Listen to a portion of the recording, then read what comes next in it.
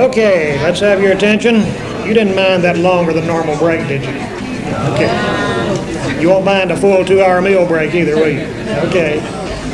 Our next speaker is one whom I'm sure is known to all of you, or should be, from the book she has written, beginning with End of the Fringe, and then with Taken, and most recently with Masquerade of Angels. And of course all those are available out there. Her title today is The UFO Masquerade. She has spoken here before. We're always very, very pleased to have her back since she's now in Arkansas especially. Let me present to you one more time, Dr. Karla Turner. Thank you. Can anybody see me out there?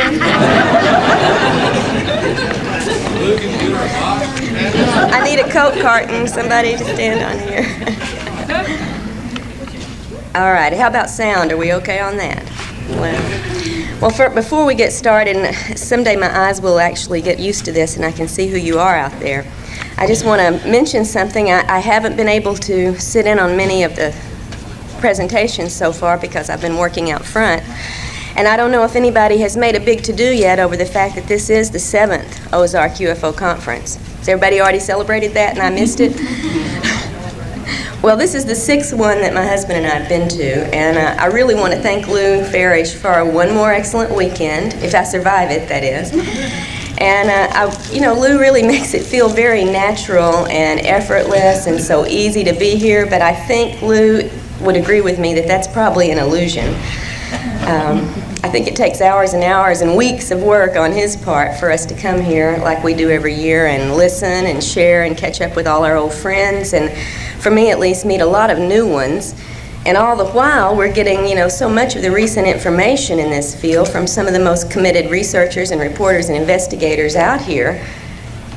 Although maybe I shouldn't say committed. Maybe I should say dedicated instead. I don't think any of them have been committed lately, and let's just hope it stays that way. I'll tell you though, with all the apprehensions, I hate to get serious on Saturday morning, but with all the apprehensions I have heard voiced in the UFO community and other communities over the past year about all the escalating social and political and scientific and religious repression and suspicion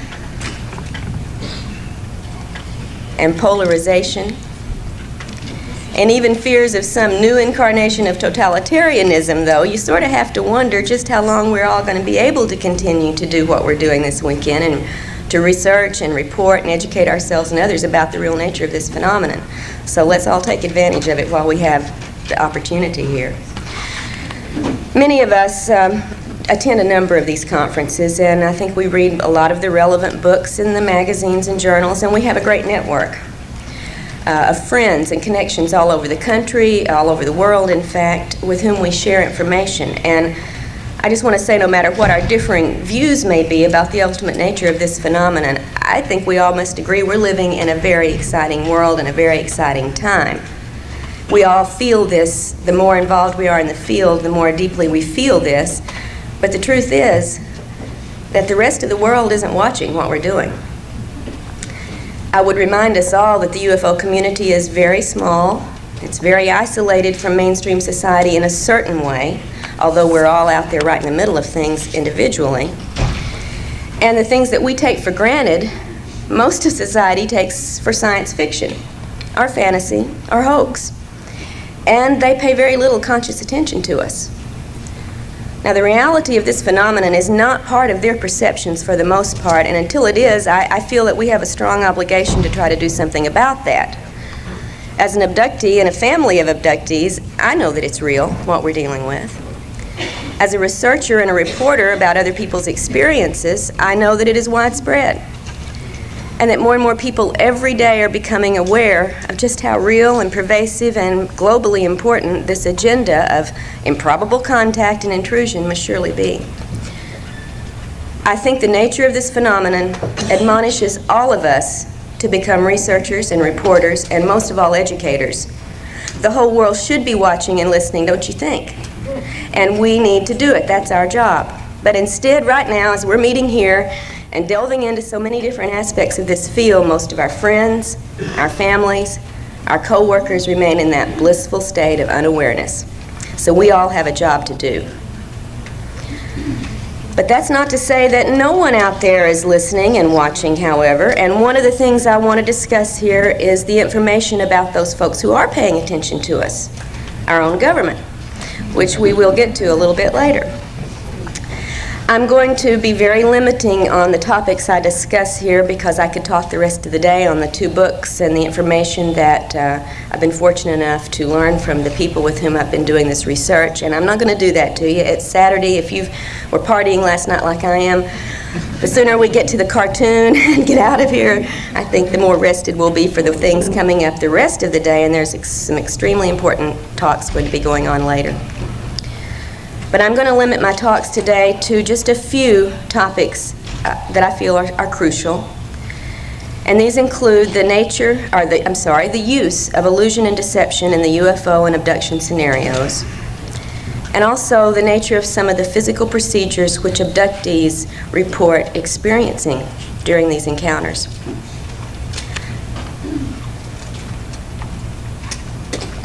Since 1992, when my family's personal account was published in Into the Fringe, I've been engaged in 2 fairly lengthy investigations.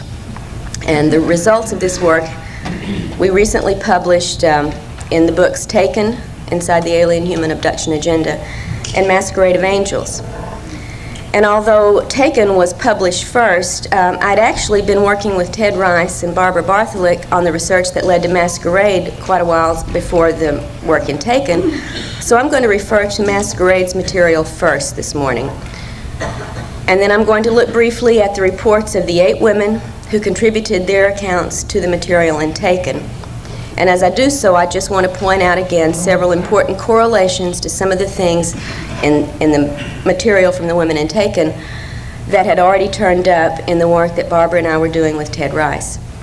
So both of these discussions will be brief, and I will take the final half hour or so of my allotted time for a video presentation of some of the many drawings and photos and a video excerpt that from women involved in the Taken project that I was unable to include in the book. That's one of the things I really wish we could have done, was to include a number of these illustrations. So I'm going to do that today to try to make up for what we were not able to do in the book. In 1991, when I first met Ted Rice, I was naturally intrigued by his memory of a mass abduction experience in Shreveport, Louisiana. But I had no idea that looking into his report would lead me into areas that I'd never had to deal with before in this field. Accounts of angels and apparitions, of bargains made with ghostly guardians, of spiritualist philosophy and psychic work assisted by spirit guides. I mean, all of this was part of Ted's extraordinary experiences, but it was not anything in my field of expertise, believe me. But in listening to Ted's accounts, I began to see evidence that was more familiar to me, thank God, evidence that was very consistent with UFO sightings and abduction reports that I'd already come to know about. And since Ted had recalled an abduction involving a number of people, I wanted to see, first off, if there were any confirming evidence that we could locate. And as we proceeded, Barbara and I, with interviews of many of the people from Ted's past, as well as his more recent experiences in the present, we did find that such evidence actually was available and surfacing in consciously recalled events attested to by a number of witnesses. In fact, 4 of Ted's neighbors described unusual events, also consciously remembered, from the night of the mass abduction that Ted had remembered in 1989. Now, 2 of these witnesses were so disturbed by their memories of these events that the fear level was so high they wouldn't even let us include their accounts in the book. They shared them with us privately. So I would point out one thing for those of you who are not involved in direct investigation and working with abductees, that contrary to all the debunkers' claims that abductees and UFO witnesses tell their story for some personal gain, it's actually very difficult for those involved to risk coming forward with their accounts And I would say for 99% of those who do make their experiences public, the resulting liabilities often outweigh the assets that they may gain from doing so. After thoroughly interviewing Ted about his conscious memories, we both felt that there were important gaps in several of these events that were worth investigating with hypnotic regression. And I'm not going to take time here today to argue the merits and the problems of regression work, but I will say that in my experience it's proven to be a very useful and manageable tool of research, and that without it I think we would be left to deal only with alien-controlled information which abductees are sent home with after their experiences. Now, it's important to note that at the time Ted began his work with Barbara and with me, he had been involved for most of his adult life in spiritualist work. An extraordinary series of encounters that he had in Sun Valley, Idaho, with a mysterious woman, beautiful and young, who called herself Maya, first introduced Ted to metaphysical matters and also made him aware of his own psychic abilities. I would remind you that Maya is the Hindu term for illusion, by the way, and that Maya also turns up in a number of other people's experiences, often in the guise of some Pleiadian star being. Ted, at the time of meeting his Maya, had no thoughts on these lines, no information about such things, and certainly took her simply to be the very mysterious, beautiful woman that he experienced. In the account in Masquerade of Angels, however, you will find that there was more mystery to Maya's presence there in Sun Valley than Ted had any idea of at the time he was engaged with her. Still, coming face to face with his own abilities through some of these encounters and time spent with Maya, Ted was very reluctant to pursue these ideas or this ability he apparently had. And it was several years later before circumstances propelled him into psychic training and his involvement with the spiritualist church. And when he did make the commitment to go forward with this work, Ted went forward full tilt. In fact, he was a co-founder of the church's first congregation in Georgia, and he began doing psychic readings, which he is still doing today. Ted was convinced that the metaphysical understanding he had found was of God, and that his work served God's higher purposes, as revealed to Ted by his spirit guides from the other side. But intermixed with Ted's paranormal events and psychic work were some startling encounters with apparently non-human entities, including, in 1989, of course, the abduction along with some of his neighbors. And at that point, Ted discovered that perhaps a different force had been intruding into his life for a number of years.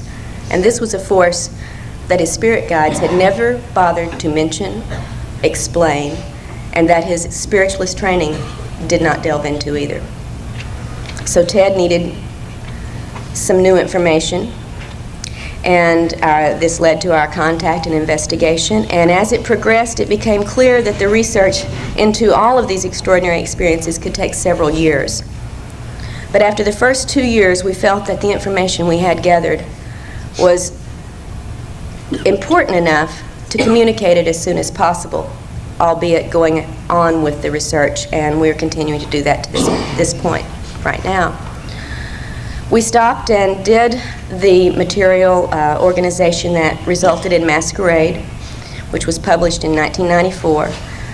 And we have full intentions of following up this report with everything else that Barbara and Ted and I have continued to uncover and are continuing to pursue at this point, as soon as it's feasible to get this material back out to you as a sequel, a follow-up, an ongoing investigation.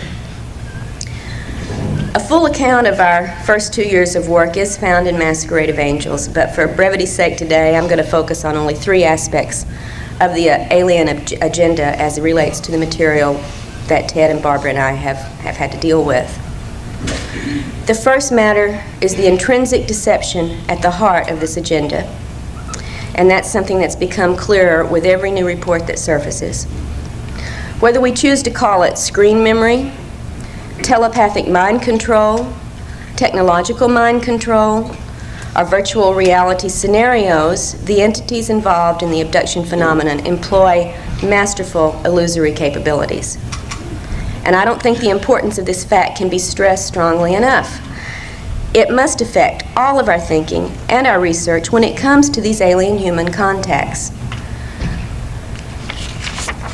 In Ted's experiences, for example, there were several occasions where such masquerading techniques were employed, and I could spend, as I said, the rest of the morning just dealing with these, and I'm going to be making very brief references, and hope you'll maybe want to read about the rest of it in the book. One instance involved the appearance of Ted's deceased grandfather on board a craft into which he and his grandmother had been taken when Ted was a young boy.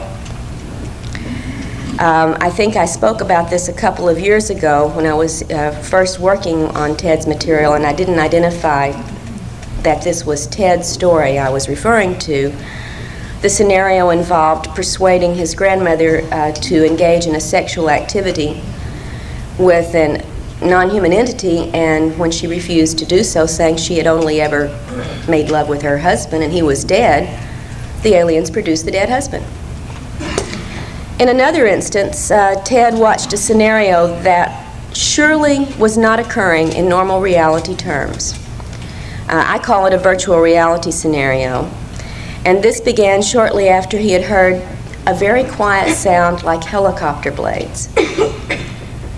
And in this ongoing event, after the helicopter blade noise, Ted watched as a human-looking entity dressed in military clothes popped through the ceiling into the room, holding a young child that was very, very similar to Ted's appearance at the same age.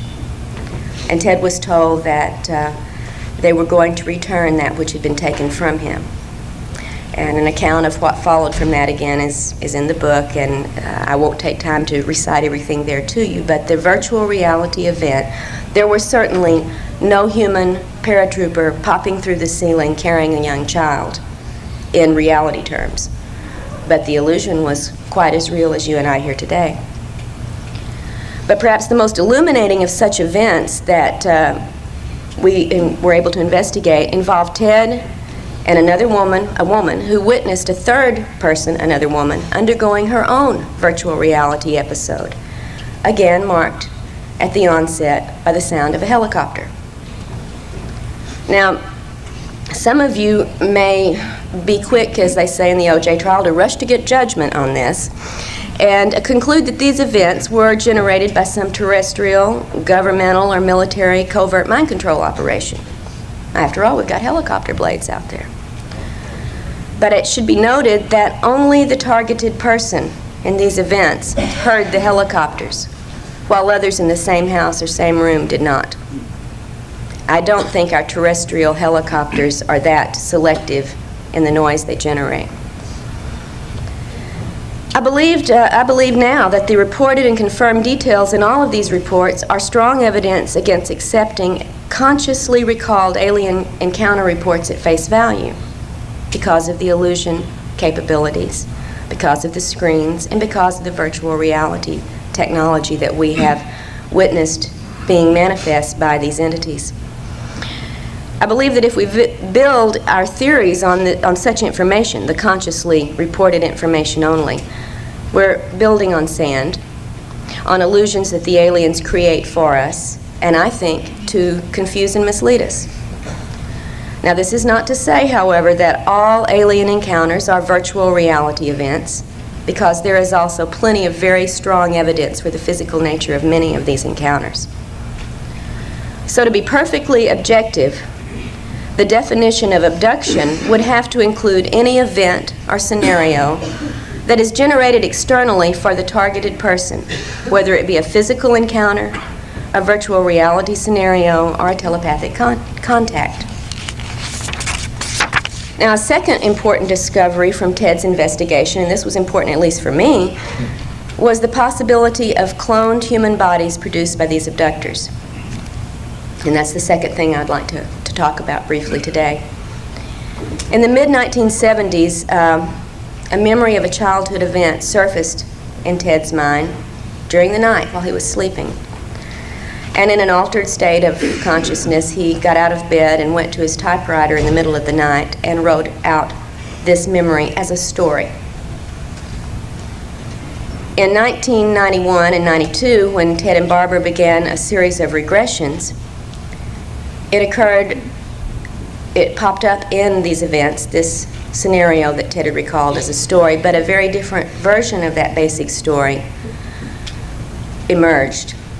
A version in which he went through what can only be called a horrific experience, in which his original body he perceived as being killed and taken away, and his essence, for lack of a better word, we could call it soul, energy, or whatever term one would like to use, was contained temporarily in a black box, placed on a counter, and transferred shortly thereafter into a cloned copy of young Ted's body. This was his perception of what occurred with him, and this is the first time I had ever heard of such things really in any detail. Now, when we made our external investigation, interviewing people who were part of Ted's family and friends at the times many of these things occurred, several pieces of corroborating items did come out, all of which I tried to present fully in the book, but just briefly, one of the most telling, for me at least, was interviewing Ted's mother. And at the time that Ted recalled being transferred into a different body, his mother recalled the suffering he went through for weeks afterwards, feeling that his body was on fire, having to soak him repeatedly in ice water, trying to bring him some comfort, and noting that the childhood diseases that Ted had had before the cloning recurred afterwards. Excuse me. The third point that I want to correlate with information from subsequent investigations in the accounts in Taken concerns the possible involvement of human, apparently military, personnel with certain abductees.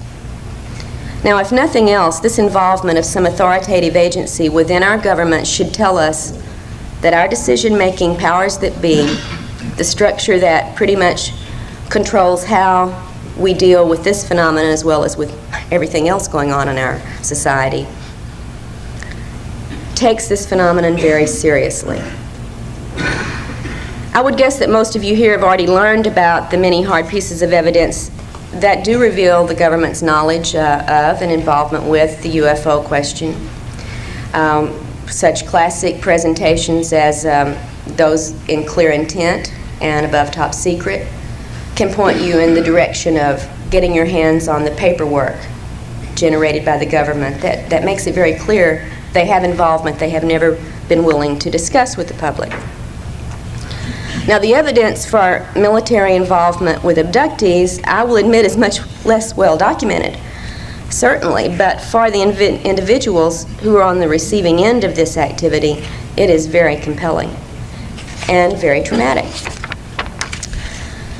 There are two basically different bodies of data relating to the possibility of human involvement.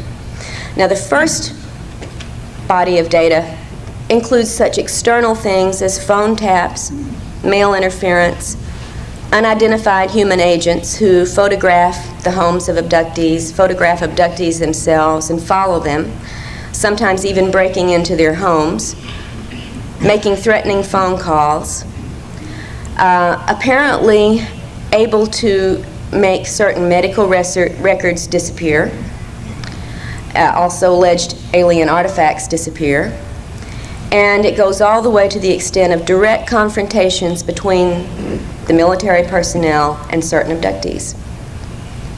Sometimes to the extent of abducting the person and using a number of interrogation techniques to elicit information about the person's activities with the aliens. Now, Ted Rice has not been the overt target of such involvement, but the accounts of the 8 women in Taken, which we'll get to in just a few moments, show that 4 of the 8 women have had a variety of these experiences in their own series of events. But the second body of data concerning human involvement deals with facilities, typically underground, in which aliens are often seen to be working with human, military, and scientific personnel. For me, and I think for all of us, probably the big question is whether these facilities and this level of cooperation actually exist, or if abductees report these events because they've been presented with some type of unreal scenario, much as we're presented with the showing of a movie when we go to a theater. Until we have located such a facility, externally verified its existence, and exposed the activities going on there that abductees report, this question's got to remain open. All we can say for sure is this: a number of unrelated accounts include descriptions of such facilities, usually with reference to either scientific or military activity, although there is a third set of reports that describes something much more disturbing, and this is one of the things that turned up in the case with Ted and with certain others who are part of a great deal of investigative activity on Barbara's part and my part, that are, well, I'll just try to give you a little brief scenario of what Ted consciously recalled about this third type of human underground facility. In the mid-1980s, Ted awoke one morning with conscious memories of an altered state event that occurred during the night. He was living in Albuquerque, New Mexico at the time, and part of the journey that he recalled from the night before included flying over a fairly desert area to a remote compound where many people were herded together. He didn't remember being involved in any actual activity, but only in seeing several areas that were accessed through this above-ground compound into a large underground installation. He remembered consciously that the humans in the compound seemed extremely despondent, quite miserable, and he recalls shouting out in anger to a couple of these people sitting there, or the people who were doing the things to the humans, "You can't do that. You can't treat our people like cattle." And being outraged, entirely outraged by whatever it was he had seen, but consciously only recalling the outrage, only recalling his protest, and not recalling what it was he had seen that generated this protest. Now, this account is also included in Masquerade, and it is one of the memories that Ted and Barbara have been able to explore with regressive hypnosis after the time that Masquerade was written. So we have more information to report on this, and I'll try to make sure that the report on all of our work that sheds new light on what we've already presented in Masquerade will get out to you as soon as possible. What Ted recalled at the time of the regressive hypnosis is, without doubt, outrageous and horrifying to any human sensibility. And I would remind you that such scenarios have not yet been shown to be a factual reality. I would also remind you that Ted is by no means the only person to have remembered such details of areas like these in this underground facility in which abductees report seeing human bodies physically processed, and that very similar accounts have come from other people's conscious recollections as well as from hypnotically retrieved descriptions. If such facilities don't exist, I think that we still have a big problem in understanding the nature of this phenomenon, because we should be concerned to understand why such a grisly, horrifying illusion would be presented to so many abductees, and what purpose that could conceivably serve for an alien agenda. After drafting this initial report on the investigation with Ted and Barbara, I then became involved in the project that resulted in Taken. And this was a special study for me. I wanted to do a specific set of reports that had homogeneous backgrounds so we could make some comparisons and correlations with the material. So in order to have a more homogeneous group for the study, I chose 8 women from various parts of the country who had contacted me after reading Into the Fringe, and with whom I had begun initial sharing of information. I let the women relate many of their experiences in their own words rather than trying to take over and give you a second-hand account of something that in first hand would be much more meaningful to you. And I hope, as the subtitle inside the Alien-Human Abduction Agenda implies, that the reader would be able to immerse into these intimate experiences, which are so very difficult to relate without the words of the people who have gone through them.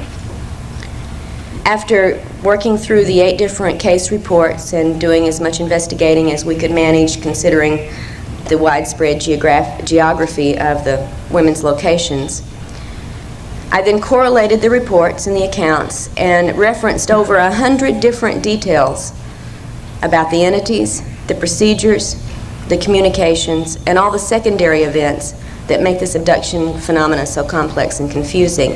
And I've included several pages of this correlation as part of Taken. There's also a lengthy comparison chart and an explanation or an analysis of the corroborated details. For quick reference, you can look through the small chart, and then there's a larger discussion afterwards. But the correlations that we focused on covered 10 categories: types of contacts, types of entities, types of physical exams and procedures, types of other activities, types of communications, settings for these encounters, reports on the bodily effects from the encounters, reports on external effects in the environment of the abductees, and after effects on the abductee, as well as correlating certain items of personal history, such as ethnic background, etc. Now, for the purpose of this brief presentation this morning, I'll only focus on a handful of examples from the reports of these 8 women, but I would like to identify them in their location. Pat in Florida, Polly in New York, Lisa in Alabama, Beth in Puerto Rico, Angie in Tennessee, and Jane, Anita, and Amy from 3 different areas of Texas. Now, to begin with the evidence of human involvement, 4 of the 8 women, namely Pat, Lisa, Beth, and Angie, have reported face-to-face contact with military personnel in a variety of situations. I think you will find the most surprising to be that of Pat's family's experience.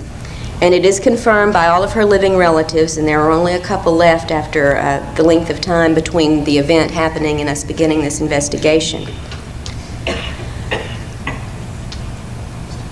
The members of Pat's family in 1954 included Pat at the age 12, a brother and a sister, her mother and stepfather, and a grandmother, all living in a rural location. And they were part of the entire family having an alien abduction and subsequent contact by the military. One day after the event in 1954, in which alien entities took the family members on board a landed craft in the backyard of their farm in Indiana and carried out certain physical procedures, one day after this happened, Pat and her siblings that are still alive report that a contingency of men in military uniforms and military vehicles arrived at their farm, sequestered the entire family for several days. One day after this occurred. How did they know it happened?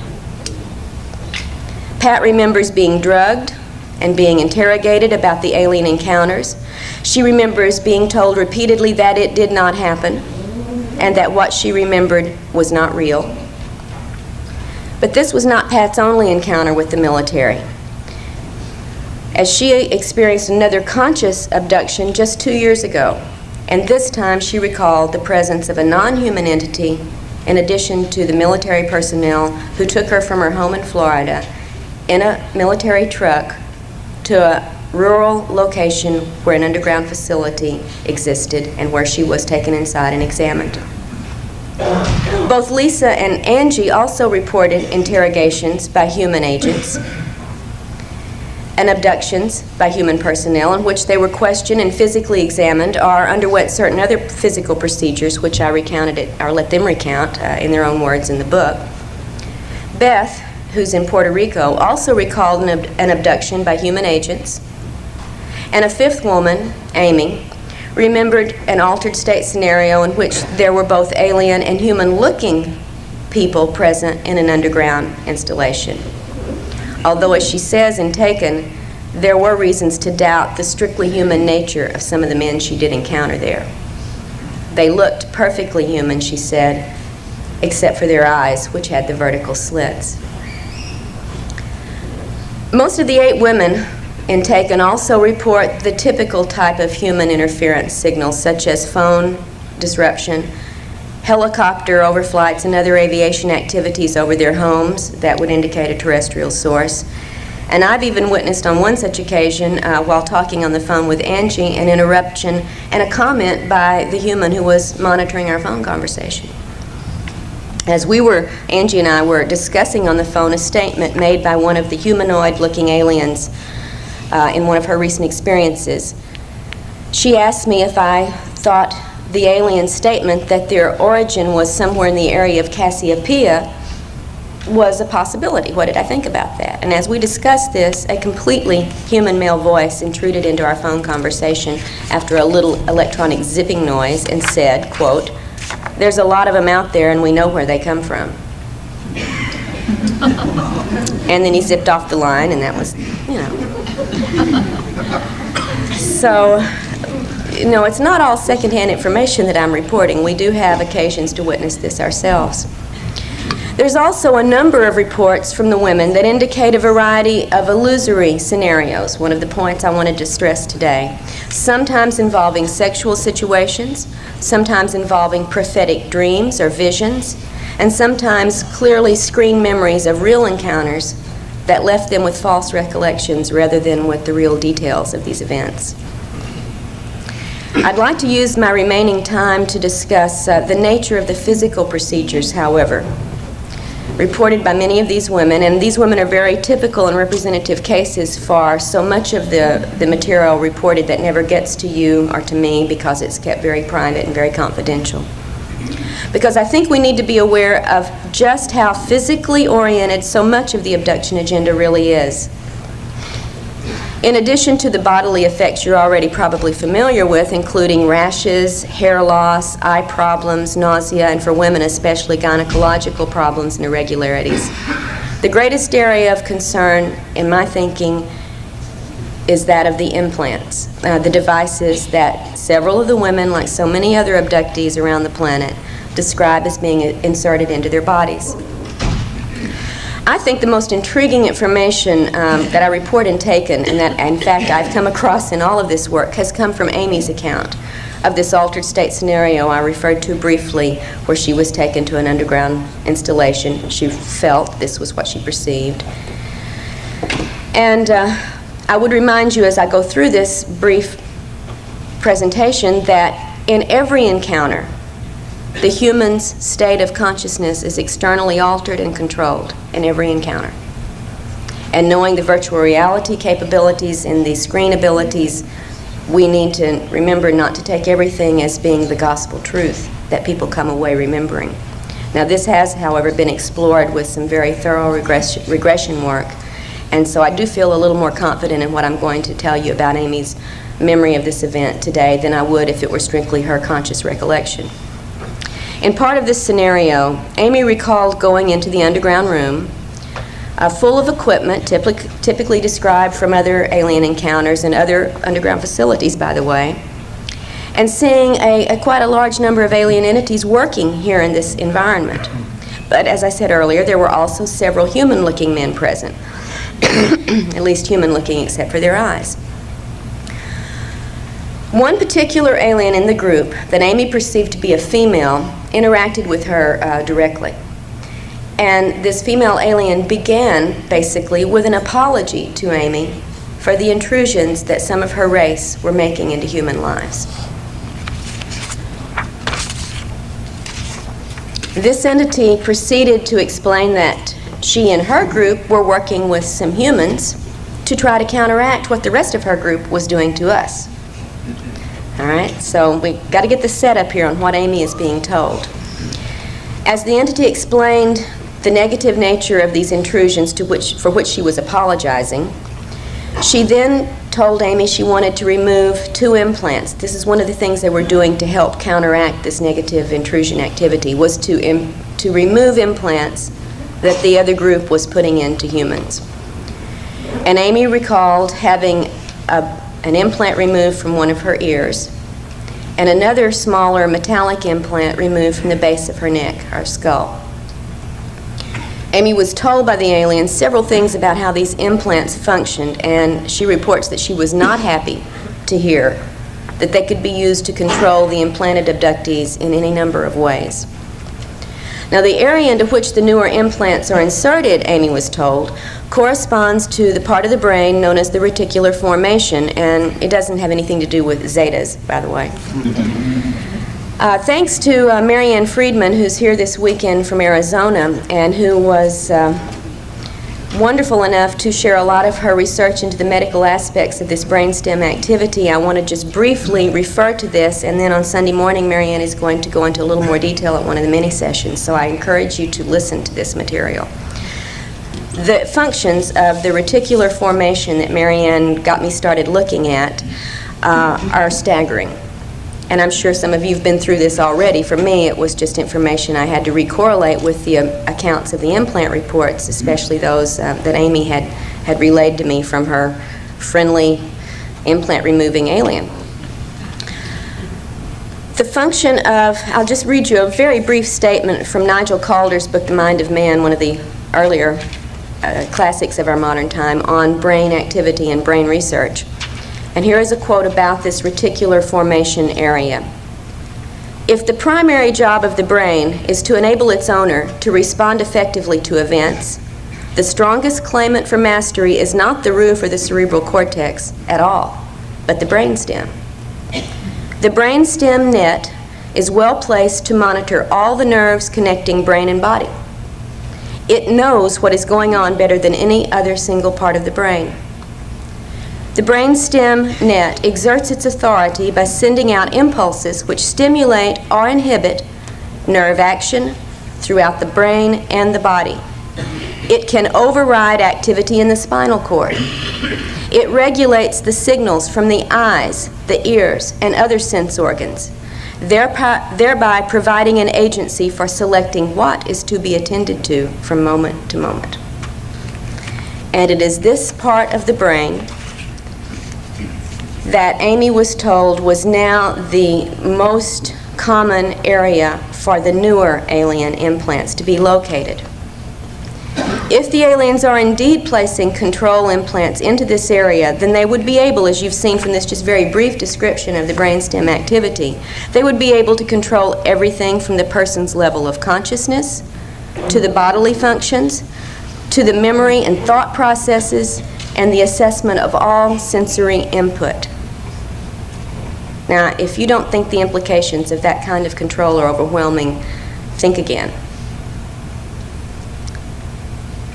And I hope Marianne will stimulate some exciting conversations with you tomorrow morning about the possibilities of this area of the brain being the point of alien control through which abductees can be kept awake, put to sleep, put in an altered state, made to get up and do things that they would not choose to do, made to say things they would not say, made to forget things that they have said and done, etc. All sensory input being controlled by this area. Through the implant, any number of realities can be presented to the abductee that are not really there. And what one remembers is controlled through this area, so the repression of memory of these events is very easily controlled as well. I think the implications are staggering. So also, however, are the implications of the final point I want to make this morning, and that is the reports on the cloning of human bodies that I previously encountered with Ted's investigation. In the women of Taken, two of them women, Pat and Lisa, both remember being shown cloned copies of their bodies, just as Ted reported having a cloned copy of his body. But the explanations that Pat and Lisa received from the aliens about these cloned bodies are highly contradictory. As I talk about in the book, Pat, whose alien experiences, now this is the woman who had the 1954 family abduction in Indiana, followed by the military's arrival and sequestering and drugging and so on. Pat had had, throughout her alien encounters, a very religious atmosphere or overtone to these events. instrumented by the aliens. For instance, the first time there on the farm that the family was abducted, when Pat's grandmother began to, what we would say now, freak out and start praying to Jesus for help as these little grays came into the room, a blue beam of light came through the ceiling, just like in Star Trek, and Jesus popped out of it and said, in effect, they're with me, it's okay. And as I'm very fond of saying, and I don't know why I like this so much, except it always gets me, I asked Pat what Jesus looked like, and she said, oh, he was beautiful. He was so awe-inspiring. He was blonde-haired and blue-eyed, and just beautiful. And I said, hey, Pat, look back at the New Testament. I don't think that's what Jesus probably looked like, historically speaking. And it went right over Pat's head, and she said, with tears of joy in her eyes, well, this one did. They knew how to push Pat's buttons. She was a very religious person. She was also told essentially that the aliens there with her were angels, and that their job was to prepare new bodies, as mentioned in the Bible, for the coming return of Jesus and the resurrection. When Jesus comes down with the legion of spacecraft to carry out this changeover, well, it's the aliens who are in charge of providing those new bodies. You want to see yours, Pat, they said? So this was wonderful. Pat is now assured that when the resurrection comes, she's got the vehicle for it. Lisa, on the other hand, down in Alabama, was told that the cloned copy of her body could be used in a very threatening manner. In effect, that it could be used to replace her if she didn't cooperate with the alien program, and that no one would know the difference. Not quite the same story as the resurrection.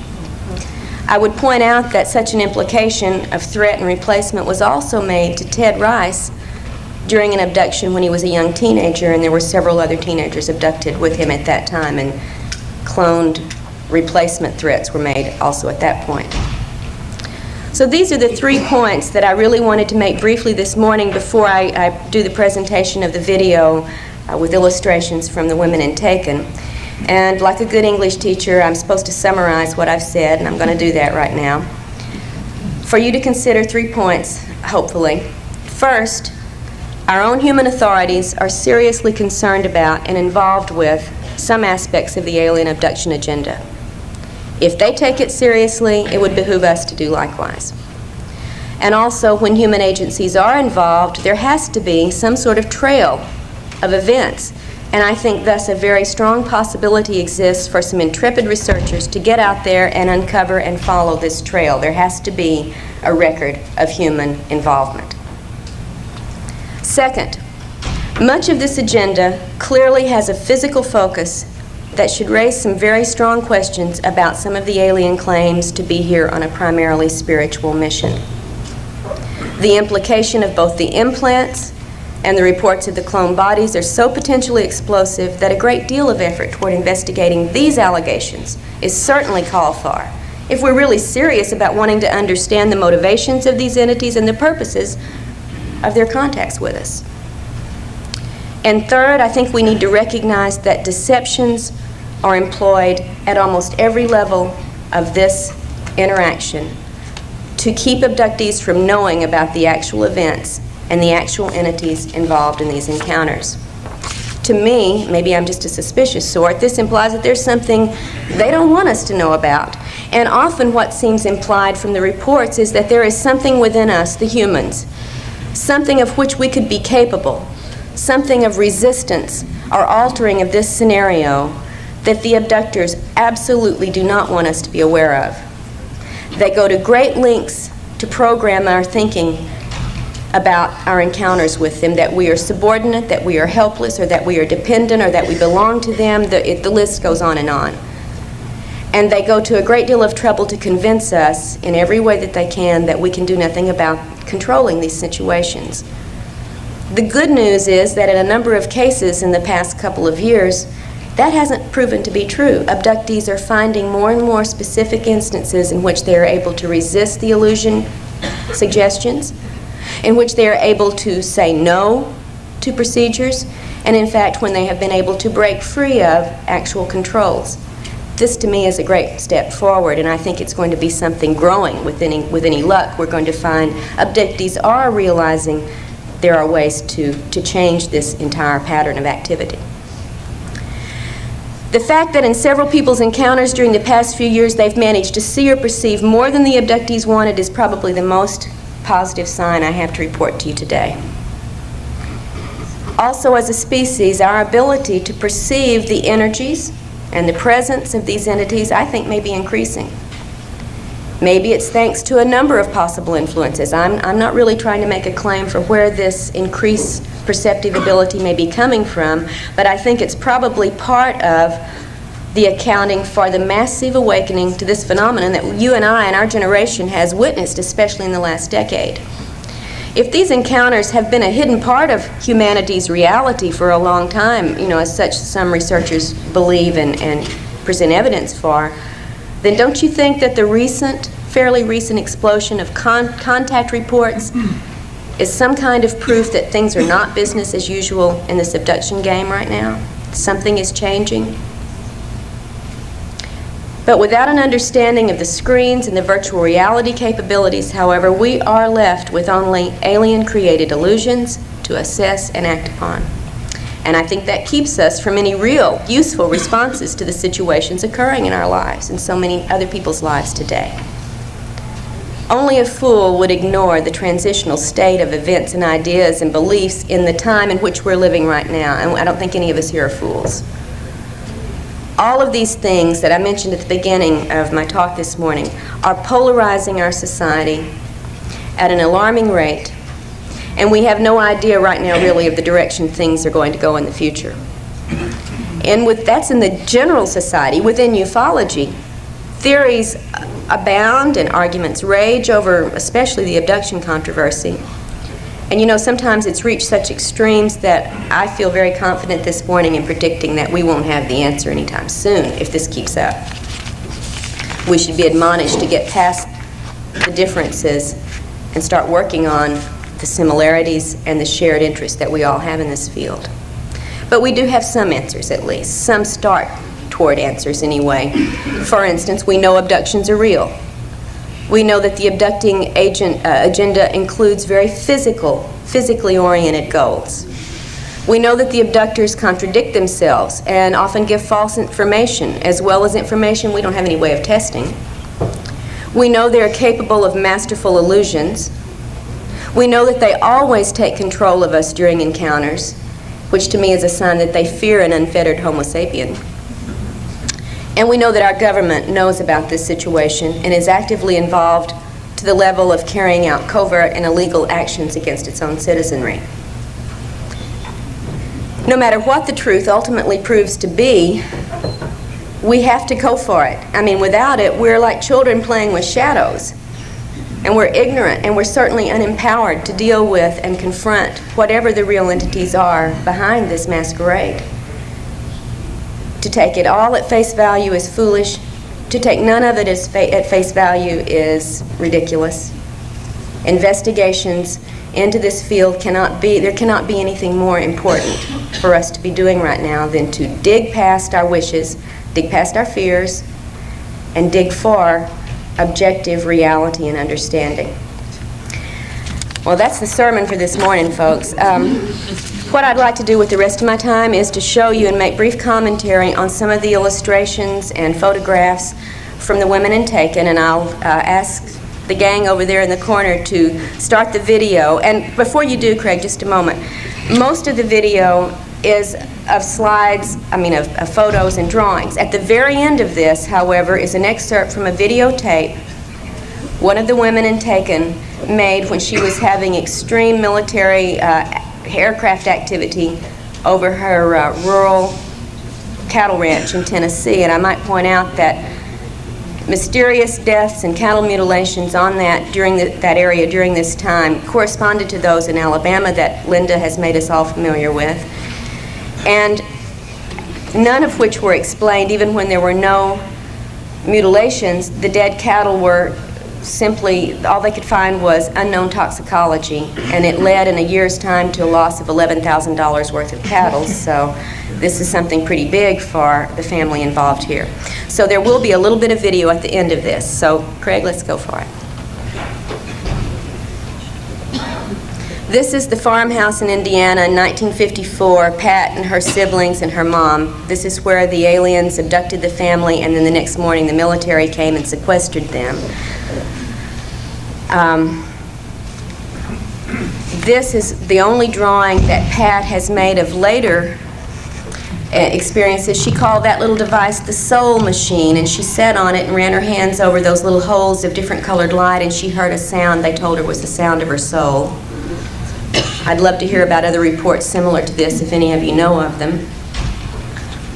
This was also in the facility where she was shown the clone body. This is Polly's drawing of some of the bulbous, wrinkled-headed aliens. She said they almost posed for her to get this conscious memory. You know how often they don't give you very much to take back consciously. And this kind of alien description has turned up in other people's reports. We'll see one more in here, in fact, in a little bit.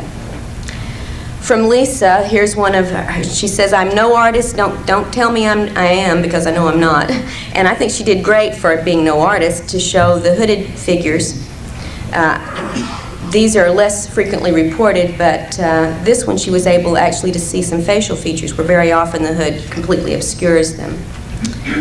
This is Lisa's drawing of another of the bulbous-headed entities, sort of similar to what we saw with Polly's drawing earlier. And these have been reported in a number of other cases as well. Not your typical gray or reptoid or insectoid, but something seeming to have more of a porpoise-type bulbous forehead. A typical gray in a hat, right? And this happens. I remember seeing one myself when I was quite young. She said this was surprising because its mouth would open, and we have a few cases where the little slit has actually opened. So just one of Lisa's representations. This one, she says, is very similar to a figure in Linda Howe's latest book with the flat, ridged nose area. This entity, she's not real fond of at all, was involved in what she said was one of the rape scenarios she was put through. Let's see what's coming up next. Lisa's drawing of the reptilian entity that was very aggressive sexually with her as well. And again, she says, please remember, she's no artist, but it was a brown, scaly, hard exterior with the slit eyes, vertically slit eyes, and clawed appendages or fingers. And a very robust entity. Symbols that she has seen in these, and this is so typical. I mean, we could flash symbols, and so many of them are some version of the triangle and the circle. We'll see another variety of this kind of symbol a little bit later with Angie's drawings.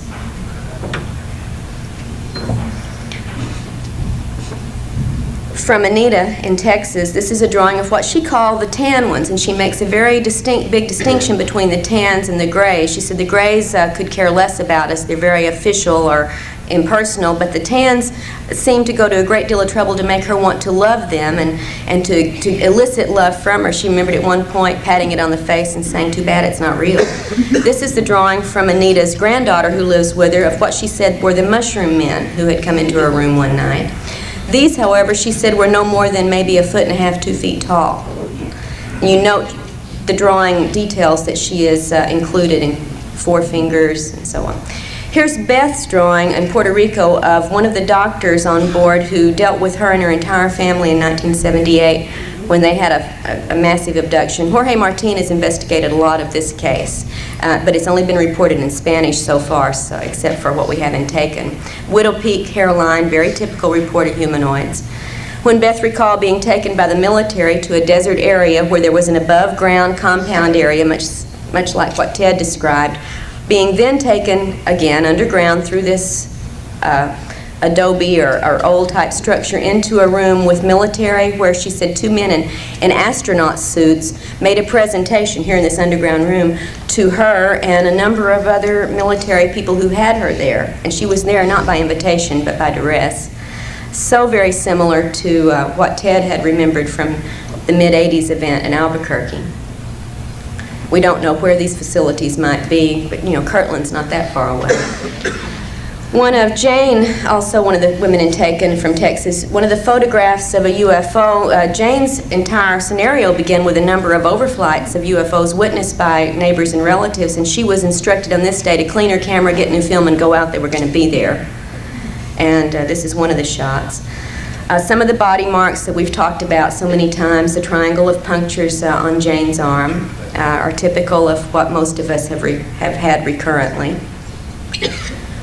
Let's see if we can go on to some other physical marks, I believe, here. We'll see a little bit later, if not right now. I can't remember the order of these things. Yeah, this scoop mark on Jane's leg. Now there are some scoop mark reports that we've had, including one in the family, where after the scoop begins to heal, a waxy grayish substance oozes out of this for a while, and then it heals up to the regular scoop mark that we know, and this is one instance of that happening with Jane.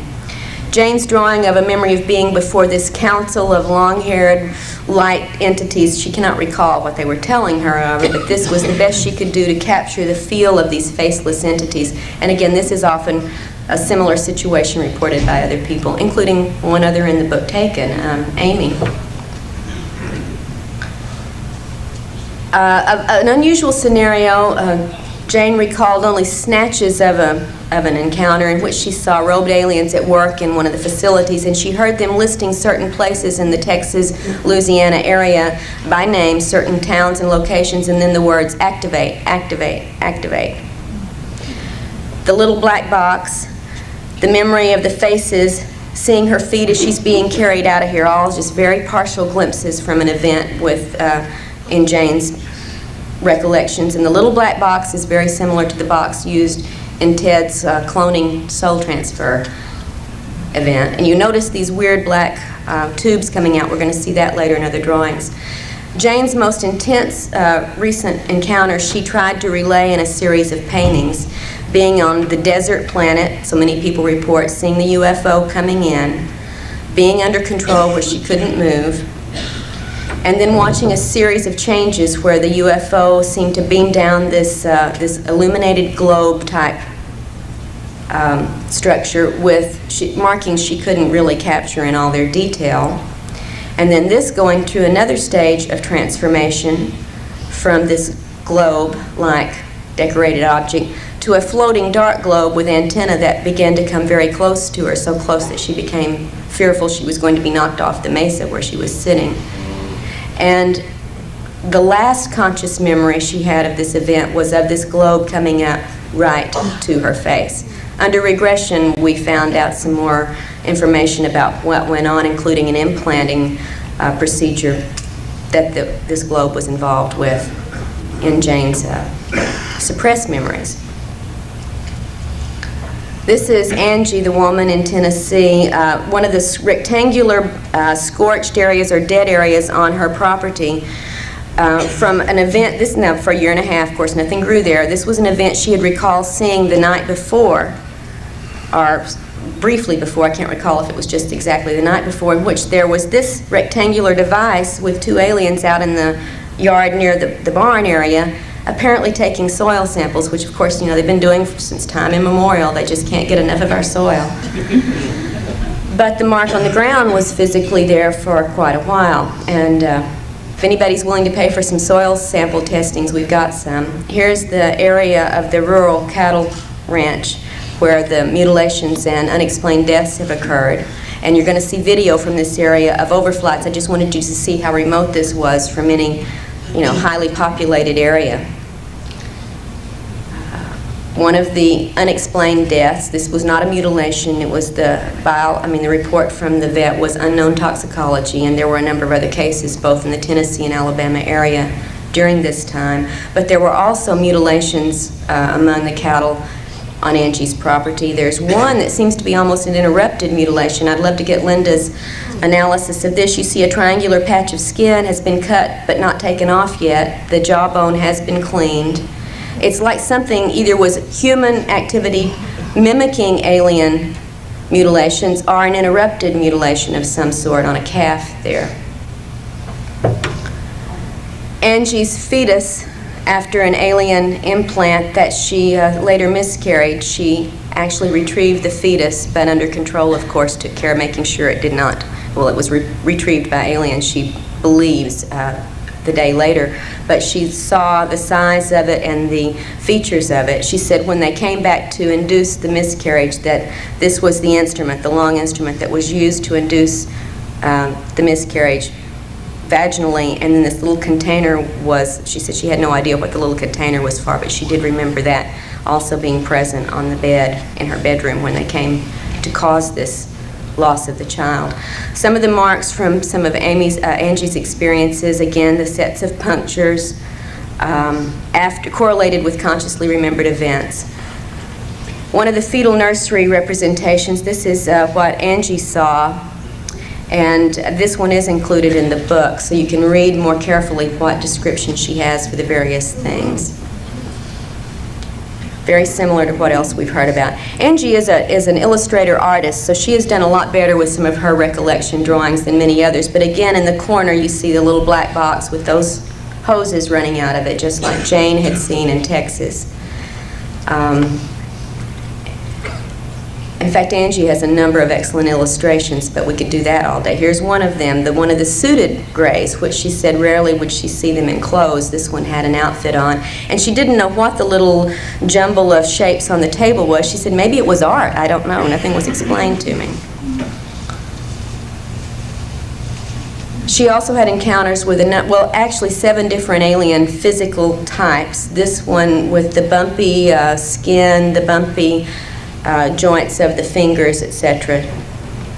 And some of the aliens with which she had contact were completely human-looking, although they didn't act human, they did look human, notably brown-haired and blonde-haired humans. Here's one of the brown-haired woman and man, and he's got some equipment. We can't really see it very clearly here, as if he's scanning, I don't know, the air or something, taking readings of some sort, and the woman escorted Angie into back to the craft for her encounter later on. This was just out on her property. This one, both Angie and her husband recalled the little troll-like or dwarf-like entities coming into the room, and in fact it was her husband who was taken away in this encounter. And they both remembered all of this consciously. And these troll or dwarf-like entities turn up, as you'll see in the correlated chart of comparisons there in the book, with more than just Angie in the book, and with a lot of other people too. Again, we see one of the emblems. We've got the triangles. I think they show up almost every time unless we have the serpent showing up. She said this was on a belt that one of the entities was wearing.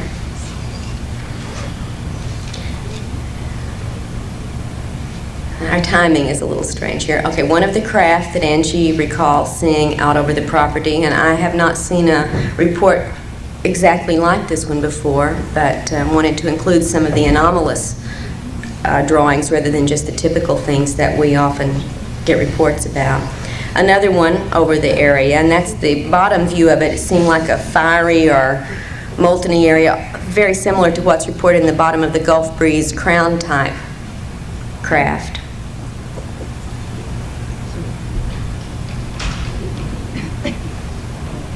And that craft here, you can see for comparison of size, Angie below and the craft above when she was being beamed into it.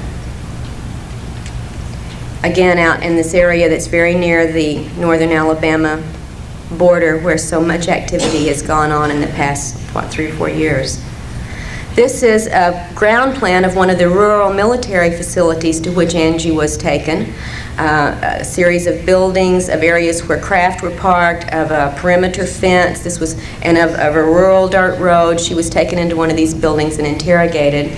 And there were a number of other humans there. She said apparently also abductees besides military personnel.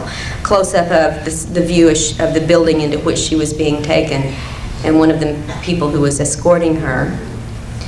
And she was taken along with 3 other women on one occasion into this facility. We know of another facility into which she's been taken under conscious control. It's not the same as this one. This strange little craft, from one point of view, looks like a winged aircraft from the military. You've got a little flag on it. The other side, not there. And that back compartment is where she and the 3 other women were placed when they were picked up and taken to a facility. In one of the underground places that Angie recalls seeing was what she called the upturned helicopter, or the rotorless helicopter. And again, we have gotten reports from around the country over the, through the past of similar copter-type devices that apparently are not copters. two pictures. Angie was taking pictures of overflight trails, and here it just does not show up. So, but if we could look at these up close, these are taken identical, moments apart, snap, snap. And in one is a very small object that under enlargement appears to be a spacecraft. It's not there in the other one, so we need more analysis on that. Now on to Amy in Texas. This is a drawing of her conscious recollection of her first UFO sighting in Denton, Texas in the early 1980s, and there was a missing time episode and a very confusing screen memory overlaying what she consciously recalled from this. Amy recalls being taught many things by the entities that have worked with her, including, as here with her two young daughters, being shown how to pass through solid objects. And since she had mastered it, now they were going on to the daughters. Of course, she can't do it when she's not with the aliens. One of her daughter's drawings of a ball of light that she has seen a couple of times in the house, and this is a young child's drawing. She says she's only seen this one a couple of times. It's 2 to 3 feet wide, but the one she has seen more frequently is much smaller, like a probe device that we've heard reported numerous times. This one being slightly different, as you'll see here. She said it's like a wiggly tail appendage coming off of this one, but she says this is frequently in the room with her. And she doesn't seem to be fearful of anything to do with these probes, these light sources, although she's not real happy when the aliens have interacted with her. This is a recent just doodle that the daughter had made at 8.5 years old that the mother managed to get me a copy of, and you can see a lot of what she's doodling out here obviously has some significance to the abduction experiences she's had. Amy's memory of consciously waking up as she's floating down her hallway into the kitchen and out the back door in one of her events. She said that was the conscious part. After she got outside, she didn't remember anything, but you can imagine waking up floating and being a little bit surprised. She quite was. This is the FEMA Underground Center of Government facility across the street from which Amy lived at the time she was abducted and taken to an underground facility with human and alien entities. This is also the same facility that was less than 2 miles from the house my husband and I lived in when he was abducted by military and taken to an underground facility. Just thought you might want to drop in and tour the place. Her screen memory began with this abduction where the alien apologized and removed the implants, with seeing what she thought was a big moon with the entities floating above them. A lot of this is from conscious recollection, and some of the drawings are also from what she gleaned through hypnosis. She recalled being in her dining room where these the non-Earth representatives, as she called them, and the human representatives first came to get her to take her to this facility. And the men all look quite human. She said, in fact, she almost thought she recognized one of them as a political figure, but she wasn't really certain. She was told they were ex-professional pilots, military people, and so on, but when she got up close to one, she could see the vertical slit eyes and began looking at the other men and said she was aware that they had contact lens coverings over their pupils. And without the coverings, with the coverings, they just looked, she said you couldn't tell them from your neighbors. She was told to not remember this scene, and she fought very hard to do so. The facility room into which she was taken, now the little drawing at the front of that is Amy with the female alien who was apologizing and removing the implants. She said the entity had a plastic-like mask over its face, and it's very confusing what the purpose of that might have been, because if it was to keep the eyes from having any kind of control, certainly it didn't work, because the eyes were the only thing that actually did show on her face.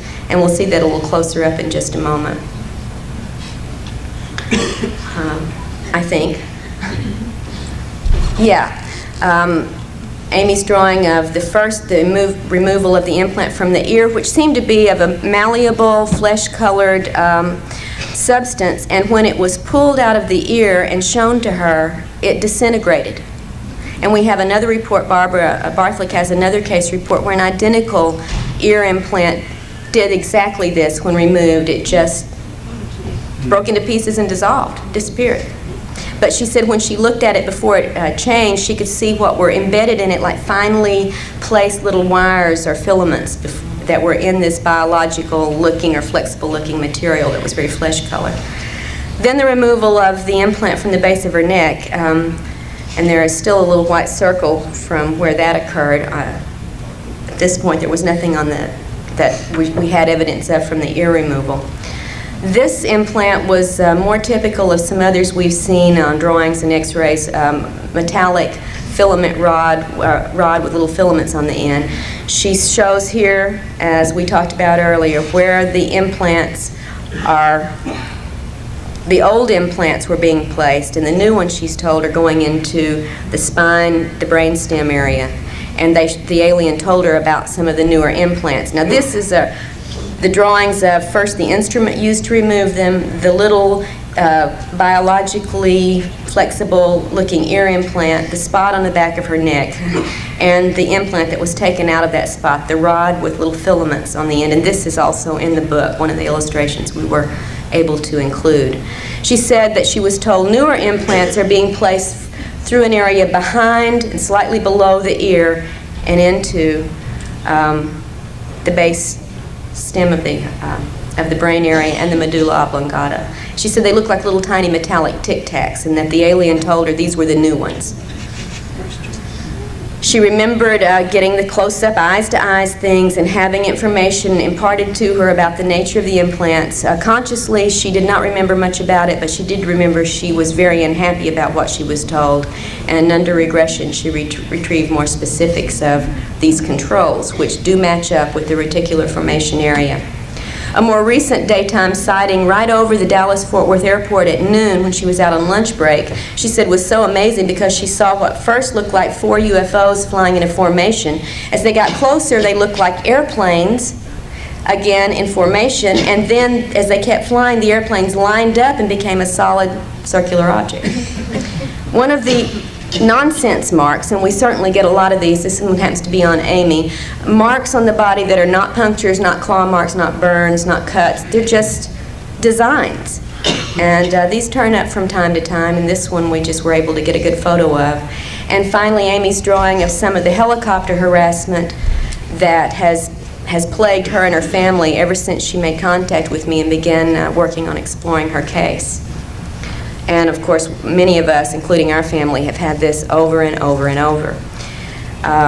Amy's had a lot with the helicopters. Angie's had a lot with numerous military flights. So give a listen.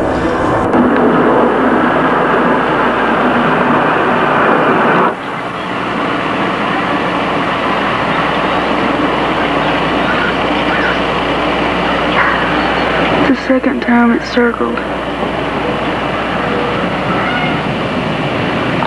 February 22nd, 1:35 p.m.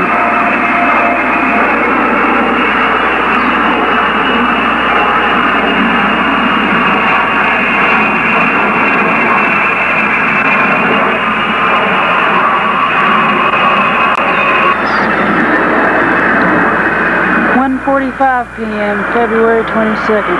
10 minutes later, it's back circling. On the original, you can see some strange antenna display on these that don't show up as we've made the generation down copies. Second, 2 p.m. 15 minutes later, it's back.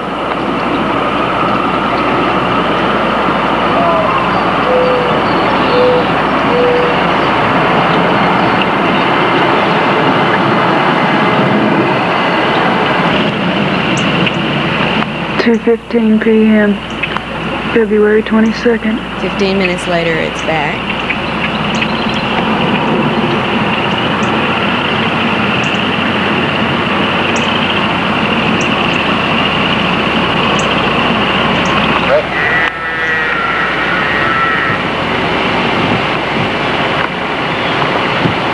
Notice this tight What could have uprooted a tree that big is beyond me.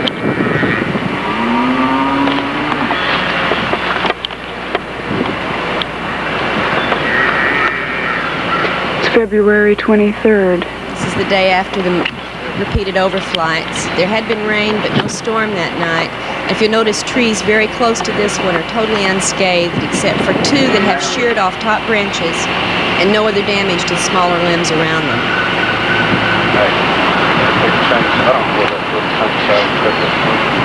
Perhaps it's just coincidental, but it was the day following all of this activity, so she wanted to include it in case there was a relevance. You can see there was living wood. It was not a dead tree, albeit this would make you think so. We have samples from the tree, and it was still alive at the time this occurred.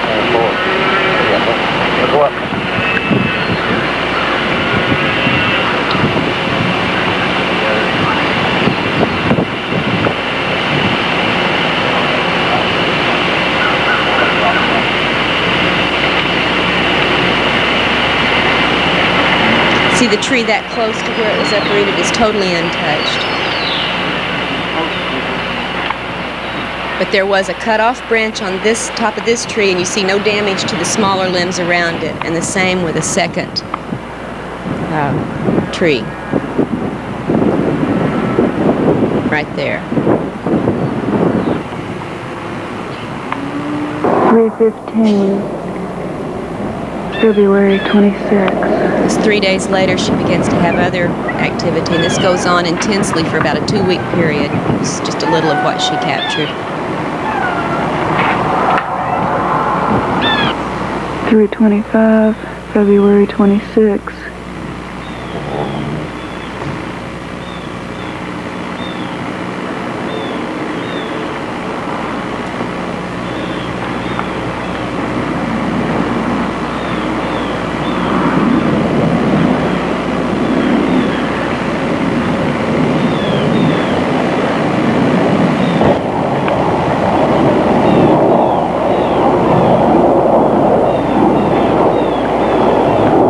Third time it's circled.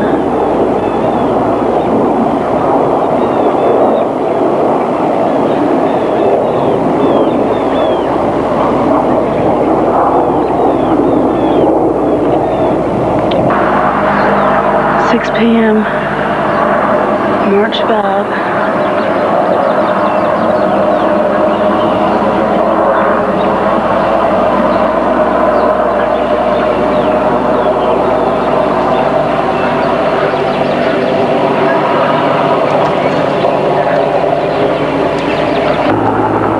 6:50 p.m. March 5.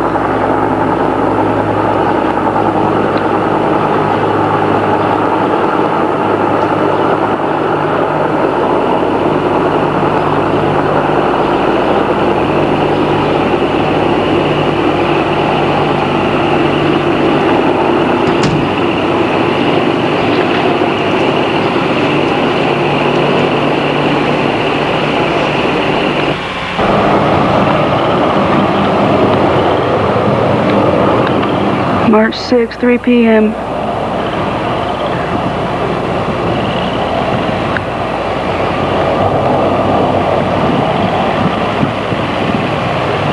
That's one of those crane helicopters with the crooked tail. Okay, Craig, that's all. Thanks. All right, these are just some of the things I wanted to share with you. I wish I could have included and taken when we were able to publish it last year, and I hope this will help give you a little bit more idea for those of you who read the book, what the women were talking about and trying to describe. And for those of you who may read it in the future, at least you'll have some point of reference now for many of the things they've talked about. Really enjoyed the opportunity to share at least these few facts with you today, and I appreciate your attention, and we'll have questions this evening at the speakers panel, so thank you very much.